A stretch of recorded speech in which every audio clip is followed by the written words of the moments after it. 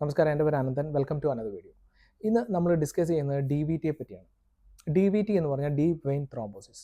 നമ്മൾ പലപ്പോഴും കേട്ടിട്ടുള്ളതാണ്, ഫ്ലൈറ്റിനകത്ത് വെച്ച് പല പാസഞ്ചേഴ്സും പെട്ടെന്ന് കുഴഞ്ഞു വീണ് മരണം സംഭവിക്കുക. അപ്പോൾ നമ്മൾ ചിന്തിക്കും, ഇത് കുഴഞ്ഞു വീണ് മരിക്കാനായിട്ടുള്ള മെയിൻ കാരണം ഹാർട്ട് അറ്റാക്ക് ആണ്, അല്ലെങ്കിൽ സ്ട്രോക്കാണ്, അല്ലെങ്കിൽ ഹൈപ്പോഗ്ലൈസീമിയാണ്, അല്ലെങ്കിൽ ഹൈപ്പർ ടെൻഷനാണ്. ഈ കാരണങ്ങൾ കൊണ്ടാണ് പെട്ടെന്ന് ഈ രോഗി കുഴഞ്ഞു മരിക്കാനായിട്ടുള്ള കാരണം. പക്ഷേ നമ്മൾ ആരും ചിന്തിക്കാത്തതായിട്ടുള്ള ഒരു വളരെ ഇമ്പോർട്ടൻ്റ് ആയിട്ടുള്ളൊരു കണ്ടീഷൻ ഇതിനകത്ത് ഒളിഞ്ഞിരിപ്പുണ്ട്. അതിന് പറയുന്ന പേരാണ് D V T, deep vein thrombosis. അത് deep vein thrombosis leads to pulmonary embolism. അത് എന്താണെന്ന് നമുക്കൊന്ന് ഡിസ്കസ് ചെയ്യാം. അപ്പോൾ അതിനു മുന്നേ നമ്മുടെ ശരീരത്തുള്ള പല ഭാഗത്തു നിന്നുള്ള ബ്ലഡ് നമ്മുടെ ഹാർട്ടിലോട്ട് എങ്ങനെ എത്തുന്നു? അപ്പോൾ നമുക്കെല്ലാവർക്കും അറിയാം, നമ്മുടെ ശരീരത്തിൽ പല ഭാഗത്തു നിന്നുള്ള ഡി ഓക്സിജനേറ്റഡ് ബ്ലഡ് ഹാർട്ടിലെത്തുന്നു.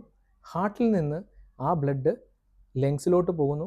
ലങ്സിൽ ഈ ഡി ഓക്സിജനേറ്റഡ് ബ്ലഡ് ഓക്സിജനേറ്റ് ആവുന്നു. ആ ഓക്സിജനേറ്റഡ് ബ്ലഡ് തിരിച്ച് ഹാർട്ടിലെത്തി ഹാർട്ട് അത് പുഷ് ചെയ്ത് പല ഭാഗത്തോട്ടും, നമ്മുടെ ശരീരത്തിലെ ബ്രെയിൻ, കിഡ്നി, ലിവർ, അങ്ങനെ പല ഭാഗത്തോട്ടും ഇത് പുഷ് ചെയ്ത് വിടുന്നു. ഇതാണ് നോർമലി സംഭവിക്കുന്നത്. പക്ഷേ നമ്മൾ ഗ്രാവിറ്റിക്കെതിരെ രണ്ട് കാലിലുമുള്ള ബ്ലഡ് എങ്ങനെ ഹാർട്ടിലെത്തുന്നു?